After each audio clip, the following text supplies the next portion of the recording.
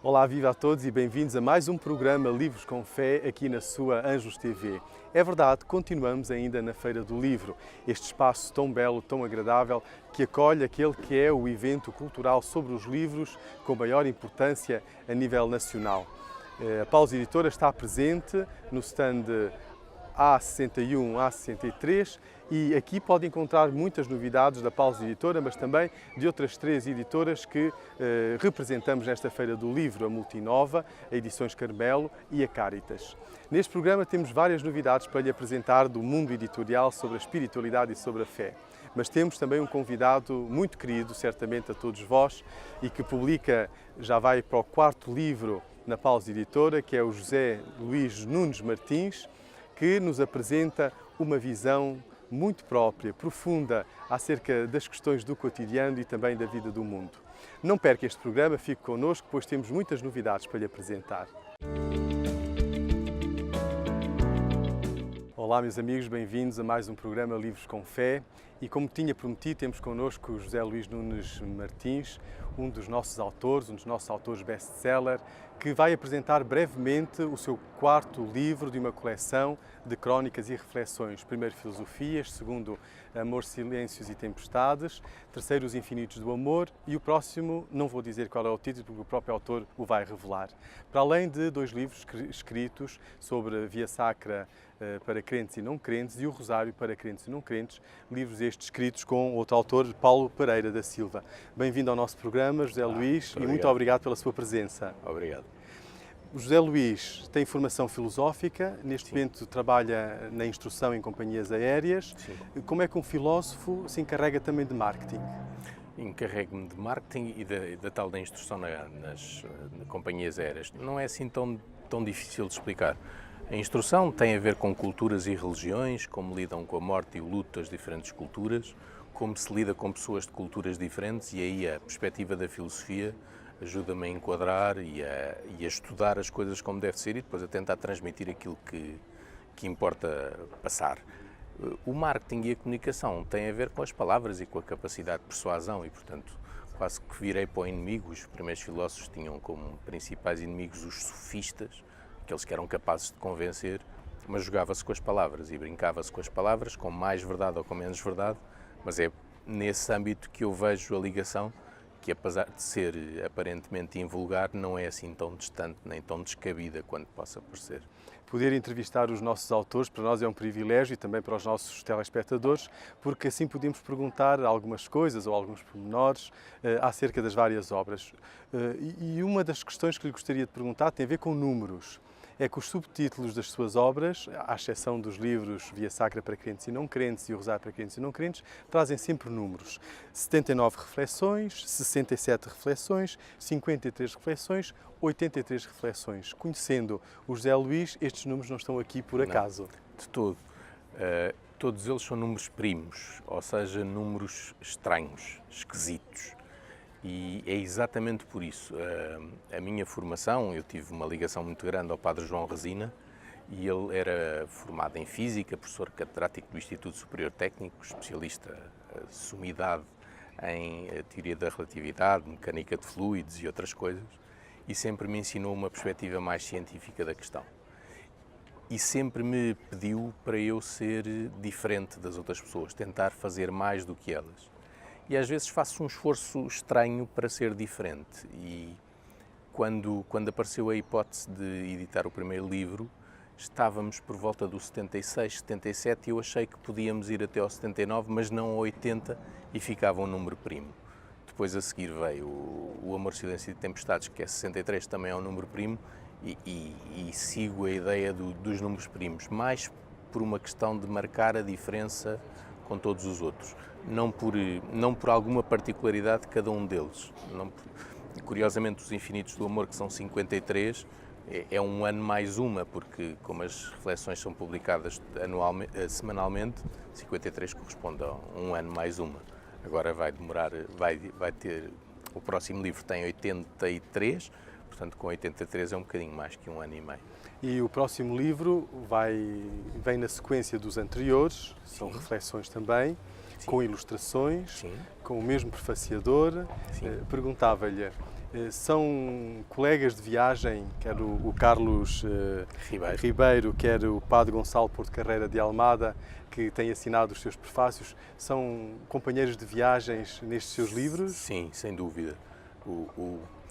Diga-se uma coisa em abono da verdade e da percepção do que podem ser os livros.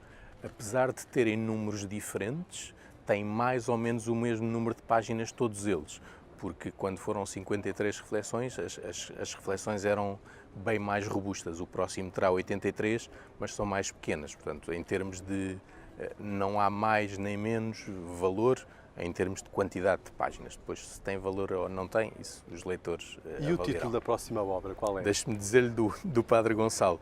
O Padre Gonçalo é um amigo que eu tenho e que me orgulha tremendamente da sua amizade, e no primeiro prefácio traçou-me tais elogios que eu, se calhar por vaidade, não posso deixar de o convidar repetidas vezes.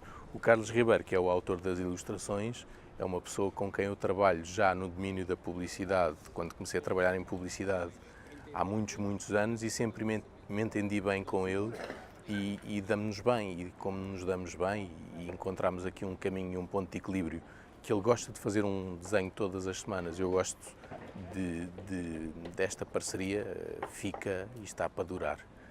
Em relação ao título do... Estamos todos curiosos por o conhecer, porque vai ser apresentado brevemente. Sim, no final deste mês. O título chama-se Pilar. Há uma crónica que explica bem este título, mas a ideia é que o amor, e todas as reflexões são em torno do amor, eu entendo o amor como sendo o pilar da existência, aquilo que nos sustenta, aquilo que nos eleva, aquilo que de alguma forma permite que se construam grandes edificações com bons pilares. E o pilar da existência é o amor. Foi por aí que escolhi, também depois tem mais algumas ligações, mas para já, para desvendar, acho que está bom assim. E já não é mau, porque estamos curiosos certamente de poder ler mais desta sua obra. Eu perguntava-lhe, porquê é que um filósofo tem tanta necessidade de escrever sobre o amor, de pensar sobre o amor, de refletir sobre o amor? Porque o amor está muito presente em todos os seus livros. Sim, eu tenho ideia, do ponto de vista quase filosófico, que gosto de escrever sobre emoções. As emoções mais puras são aquelas que se aproximam mais do amor. Depois podemos falar em amizade, podemos em ligação de irmãos, o amor maternal, paternal, a solidariedade, a caridade, e eu vejo sempre nesses sentimentos formas que o amor tem de se concretizar. E, portanto, se eu gosto de falar e de escrever e de pensar sobre os sentimentos, convém pensar antes de escrever. Se eu gosto de pensar e de escrever sobre os sentimentos humanos, os mais profundos, aqueles que tento, de alguma forma, decifrar, encontro neles sempre o amor. E, portanto, falar dos sentimentos, para mim, é igual a falar do amor. E também é um tema que chega e que toca as pessoas. Portanto, eu quero-me parecer que a magia, que não é magia nenhuma, tem a ver com algum espírito mais profundo da nossa existência, que vai muito para além daquilo que é visível, toca e as pessoas reconhecem-no como tal. Ouve-se por vezes que há um excesso de falar sobre o amor, mas por vezes atribui-se o tema amor àquilo que de amor não se trata. Parece-lhe que a nossa sociedade, cada vez mais complexa, cada vez mais interativa, cada vez mais digitalizada, tem uma lacuna de verdadeira percepção, sentido e experiência do amor, porque há uma superficialidade muito grande também nos sentimentos, porque se vão gastando? Sim, hoje há uma lógica consumista muito enraizada. Os nossos adolescentes sabem, nenhum de nós já lhes diz que vão ter um emprego para toda a vida. Sabemos que vão ter 4, 5 empregos, na melhor das hipóteses, não ficarem desempregados o resto do tempo.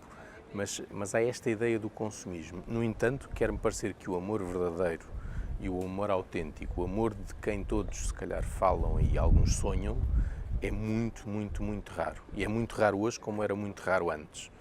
Talvez antes existisse mais solidariedade ou mais evidências de entreajuda, mas era igualmente raro. Era igualmente raro.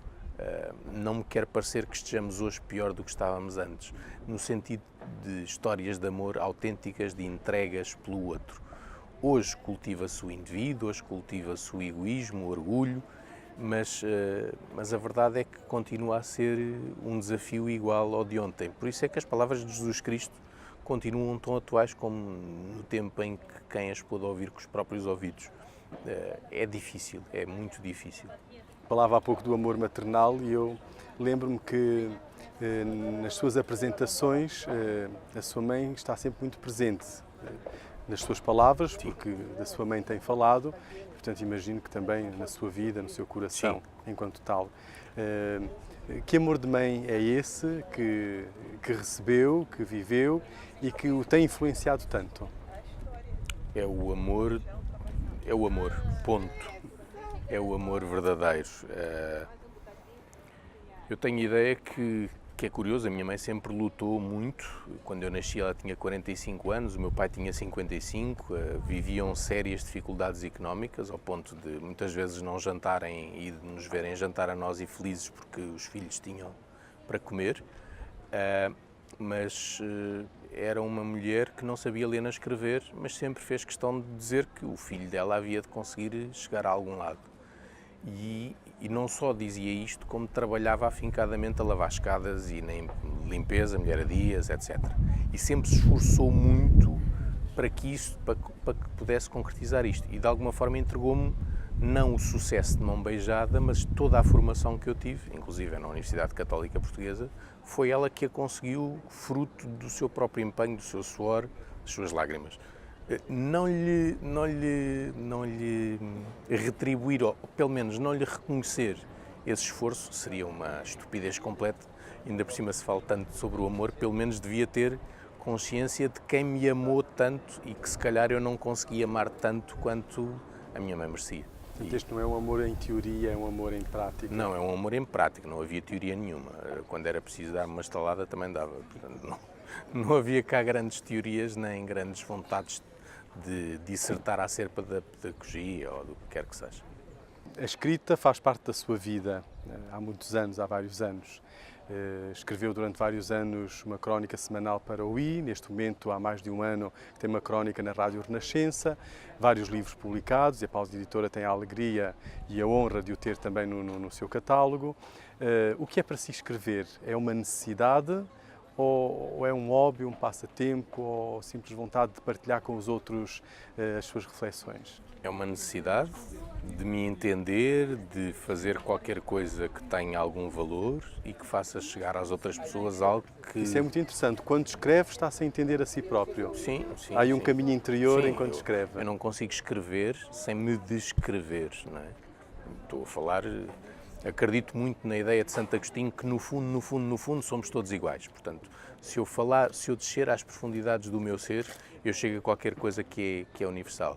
Mas escrever também é uma coisa muito maçadora, por vezes, ter que entregar um texto todas as semanas, novo, original, e há pessoas que nas redes sociais me dizem coisas tão giras como excelente como sempre. E aquilo é um peso desgraçado, porque para a semana eu vou ter que escrever qualquer coisa excelente como sempre. Não é um pico de sorte. E nisso há uma certa responsabilidade. No entanto, o alívio que tenho depois de sentir que cada crónica está entregue e que se calhar não está má de todo, é qualquer coisa que me deixa profundamente relaxado, profundamente feliz e que quase que vicia, sim, nesse sentido. Eu diria que o primeiro dos motores é a ideia de tentar compreender-me e tentar de alguma forma ajudar outras pessoas por uma capacidade de pensar mais ou menos de uma determinada perspectiva. Depois a questão do sacrifício, porque custa, e finalmente o alívio de que já passou e agora é só para a semana que tenho que escrever outro. Uma pergunta indiscreta, se me permite. Tem escrito textos mais curtos? Certo. Certamente deve-se também à rádio, não é? Porque Sim. O tempo é diferente daquele número de caracteres do que num jornal impresso. Mas isso também tem a ver com o pouco tempo que as pessoas têm para ler ou tem a ver com a sua escrita que consegue captar a atenção em breves parágrafos daquilo que quer dizer e explanar, explicar claramente aquilo que quer transmitir? um dos erros, ou um dos refrões que mais vezes me dizem é que eu muitas vezes nos meus textos utilizo reticências. A ideia de uma reflexão não se quer completa, ou eu pelo menos não tenho ideia de se escrever completas. Eu faço aquilo que, e elas estão a ficar cada vez mais curtas, exatamente por todas as razões que elencou, e acho que não falta nenhuma. Mas também esta ideia de que é um desafio a que a outra pessoa pense. Eu digo que o amor é dar-se, mas o que é isto? Depois tento explicar a minha posição e deixo espaço à pessoa para ela ou contra-argumentar, ou arranjar mais provas, ou simplesmente se deixar admirar por estes argumentos. Mas muito mais as duas primeiras, que é, será que isto tem sentido ou será que não tem sentido? E este tom provocador é tudo quanto se pode esperar de um bom escritor. Quem me dera que isto tivesse a funcionar, que as crónicas pequenas fossem pequenas na provocação, mas fossem um trampolim ou um degrau para que a pessoa consiga chegar a lugares onde lhe importa. Certamente, não só como editor, mas como leitor dos seus textos, são-no certamente. O nosso tempo está a terminar, mas eu não resisto a pedir-lhe para me comentar brevemente 2 ou 3 títulos de algumas das suas crónicas que vêm nos seus livros, que acho muito interessantes e que nos fazem pensar. Vamos ver quais são. O amor não se promete, mas os noivos, no dia do casamento, prometem amar-se e respeitar-se todos os dias da sua vida. Sim, mas nesse momento não se estão a amar. Então, estarão a amar-se quando estiverem a cumprir aquilo que prometeram. O amor não são as palavras, são os atos. Não é? O poema mais bonito de amor pode não ser um ato de amor, pode ser um ato de vaidade. Olha que bem que escrevo. O Fernando Pessoa dizia que as cartas de amor, para serem cartas de amor, têm que ser ridículas, porque se aquilo tiver uma beleza intrínseca, não é de amor. E, portanto, é essa a ideia de que não é com palavras que se faz o amor. Outra crónica que espelha muito a sua forma de estar, muito aberta, muito sincera. Cuidado com os imbecis. Certo. E diz mesmo na sua crónica que tudo criticam e não fazem nada. Há muita gente imbecil e toda a gente conhece, e os nossos telespectadores, toda a gente conhece imbecis. E nós próprios, eu próprio também sou imbecil de vez em quando me ponho a comentar coisas que não têm a ver com aquilo que eu sei. E é preciso ter cuidado, porque se lhes damos crédito, ou seja, se alguém também nos dá crédito quando nós somos os imbecis, nós estamos a caminhar para um desastre. E isso não é bom. Não é nada bom ser imbecil e não é nada bom dar crédito aos imbecis. Há gente muito preocupada com a opinião pública, com aquilo que as outras pessoas pensam acerca de nós, quando na verdade se calhar as outras pessoas nem estão a pensar sobre nós. Portanto, nós estamos preocupados com uma coisa que não existe de todo. E estamos a ser imbecis contra nós próprios nesse caso. Essa imbecilidade é essa necessidade que nós temos de, por um lado, comentar aquilo que não sabemos e, por outro lado, de acharmos que há certas pessoas que sabem do que é que estão a falar quando não sabem do que é que estão a falar. Muitíssimo obrigado pela sua presença no nosso programa Livros com Fé. Queridos amigos, ficamos por aqui. Eu bem vos disse que era um autor especial e por isso tenho a certeza que gostastes desta entrevista e deste momento para aprofundar e conhecer melhor José Luís Nunes Martins, autor de vários livros aqui na Pausa Editora. Mas convido a ficar connosco porque temos mais novidades para lhe apresentar. Queridos amigos, estamos de volta aqui no vosso programa Livros com Fé, todas as semanas na Anjos TV, e agora para vos apresentar algumas novidades e sugestões de leitura que nos parecem oportunas para estes tempos. E começaria precisamente para os mais novos, O País dos Avós, de Maria de Lourdes Soares, ilustrações de Carla Nazaré. Que país é este dos avós? É um país imaginário, mas está presente em todos os avós, com as suas histórias para nos contarem, com os seus imaginários, as suas vidas. Tanta coisa que os avós trazem dentro de si, são um património que nos vão passando através do que nos dizem, através da forma como vivem connosco, como nos abordam, como nos aconselham. Então, O País dos Avós é uma viagem ao imaginário dos avós, cheio de tantas coisas boas e tantas coisas belas que nós vamos recebendo e com belíssimas ilustrações e que nos ajudam, a um certo momento, a tomar consciência da importância dos avós nas nossas vidas. Depois, um livro, podemos chamar-lhe de arte, Sacra Página, de Luís Correia de Sousa, textos e imagens das Bíblias portáteis do século XIII, pertencentes às coleções portuguesas. Este é um catálogo muito completo de uma bela exposição que aconteceu na Biblioteca Nacional de Portugal e que houve também várias conferências sobre estas Bíblias do século XIII. Que importância têm estas Bíblias do século XIII? Antes de mais, foi o século em que as Bíblias Bíblias se tornaram transportáveis, porque antigamente eram manuscritos muito grandes, papiros muito grandes, e não eram nada práticos para serem transportados de um lado para o outro, até mesmo para poderem ser utilizados. Então, a partir do século XIII, as Bíblias tornam-se transportáveis, tornam-se com formatos mais pequenos e, sobretudo, com belas iluminuras, muito belas ilustrações. E é isso que é reproduzido aqui neste livro, a partir destas Bíblias que existem em coleções privadas e públicas em Portugal, e iluminuras estas que eram feitas pelos monges copistas, que têm belezas extraordinárias e que nos ajudam a compreender também como a transcrição dos livros, o copiar os vários livros, porque ainda não existiam neste tempo impressoras para poder imprimir os livros, tratava-se também momentos de verdadeira fé e de verdadeira espiritualidade. E também os monges que faziam estas iluminuras, muitas das vezes iam colocar já uma reflexão nessas iluminuras e não iam retratar simplesmente os autores dos livros sagrados ou as personagens dos livros sagrados. Então é uma bela prenda de anos para quem gosta de arte, para quem gosta de textos bíblicos, para quem gosta de história, que recomendo vivamente. De um conhecido e famoso teólogo espanhol, José António Pagola, Grupos de Jesus é a proposta que vos apresentamos. Esta obra que teve um acolhimento muito grande em Portugal, sobretudo por parte de várias paróquias, que quiseram adotar este livro Grupos de Jesus, precisamente para grupos que querem encontrar-se, querem ler a Palavra de Deus, querem rezar a Palavra de Deus e partilhar a Palavra de Deus. É isto que se pode encontrar neste livro de Pagola, Grupos de Jesus.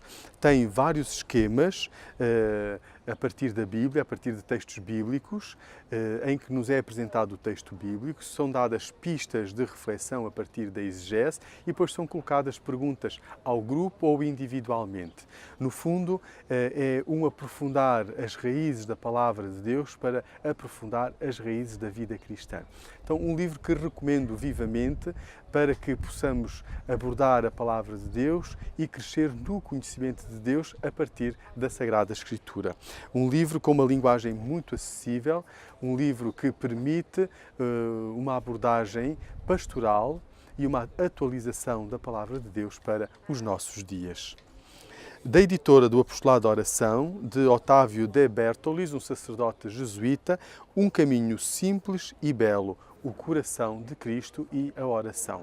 É para quem se quer aproximar dos 10 mandamentos, refletir sobre os 10 mandamentos, mas também refletir sobre a oração, como é que Jesus rezou, que indicações nos deu para a oração, como rezar, o que rezar, pode encontrar isso neste belo livro, um livro pequeno, mas que tem muito conteúdo e, sobretudo, ajuda-nos a valorizar toda a espiritualidade cristã contida nos 10 mandamentos e contida na oração e nas orações que a Igreja tem e reza ao longo do ano litúrgico.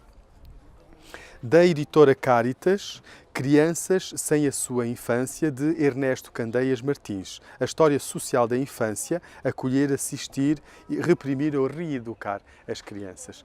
É um belo trabalho de investigação acerca da história da infância, que o autor vai até ao século XVIII, desde o século XVIII para cá, até aos nossos dias, como é que a infância tem sido retratada e como é que a infância tem sido tratada. Basta enunciar-vos alguns capítulos a partir do índice para perceber a importância e a profundidade desta obra. Por exemplo, a criança, a infância, o descobrimento, a gênese e a construção social. Como é que a sociedade foi descobrindo a infância e foi construindo esta etapa da vida de cada pessoa. Depois, a transformação e a construção social da infância na contemporaneidade, isto é, nos nossos dias, nos nossos tempos. Mas ao mesmo tempo também que políticas sociais e assistenciais é que tem havido nestes séculos para a criança e para a infância. O acolhimento, a assistência, a proteção à criança, os problemas da vida social e da vida operária são temas que podemos encontrar nesta obra muito válida. E por fim, o encerramento institucional, isto é, acolher, proteger, reeducar, educar a criança, aquelas crianças que muitas das vezes, tendo sido abandonadas pelas famílias, podem e devem encontrar no Estado e na reeducação e nas instituições sociais um lar e, sobretudo, sobretudo, um ambiente que lhes possibilite crescerem enquanto pessoas. Por isso, um tema muito importante para os dias de hoje e, sobretudo, um livro muito bom para aprofundar esta temática sobre a infância. E para terminar este rol de sugestões, terminamos apresentando o livro da Paulinas Editora, Papa Francisco, Que Teologia?, de 3 autores italianos, Alberto Cozzi, Roberto Repoli e Giannino Piana, e com um pós-fácio do cardeal Gianfranco Ravasi. Que teologia é que o Papa Francisco nos apresenta? O cardeal Ravasi, no seu pós-fácio, fala-nos de um traço teológico muito próprio do Papa Francisco, que é aquele da homilética. Como o Papa Francisco usa as homilias para passar a sua reflexão sobre a Igreja, a sua reflexão sobre a vida cristã, a sua reflexão sobre o mundo de hoje e sobre toda a humanidade. Então, nestas páginas podemos encontrar uma abordagem teológica aos pronunciamentos do Papa Francisco, mas também aos gestos que o Papa Francisco tem desde o início do seu pontificado e que têm marcado a história da Igreja e a história da humanidade. E assim, queridos amigos, aqui ficam várias sugestões para vós. Espero que, em alguma delas ou em várias delas, tenhais encontrado bom nutrimento, não só para a vossa vida de fé e para a vossa espiritualidade, mas também para o vosso enriquecimento cultural. Fique connosco, pois temos ainda mais novidades para lhe apresentar. Estamos a chegar ao fim de mais um programa Livros com Fé aqui na sua Anjos TV, onde todas as semanas queremos trazer o que de melhor o mercado editorial livreiro apresenta e publica sobre fé, sobre espiritualidade, sobre a Igreja. Recordo que no próximo programa vamos ter connosco o Padre Dário Pedroso, autor de uma nova coleção na Paulus Editora, e não vai querer perder esta entrevista. Convido a visitar-nos em alguma das nossas livrarias Paulus, em Lisboa, em Fátima, em Ponta Delgada, no Fundão, ou em Benguela, em Angola. Mas se quiser na internet visitar também o nosso site paulus.pt, aí pode encontrar muitas novidades e notícias sobre a Paulus Editora. E se nos quer escrever algum comentário, alguma sugestão ou observação, depois convidamos a fazê-lo através do e-mail livroscomfé@paulus.pt ou telefonando-nos para o número que aparece no vosso ecrã. Queridos amigos, para todos vós, uma boa semana, boas leituras, pois um bom livro é sempre uma boa companhia.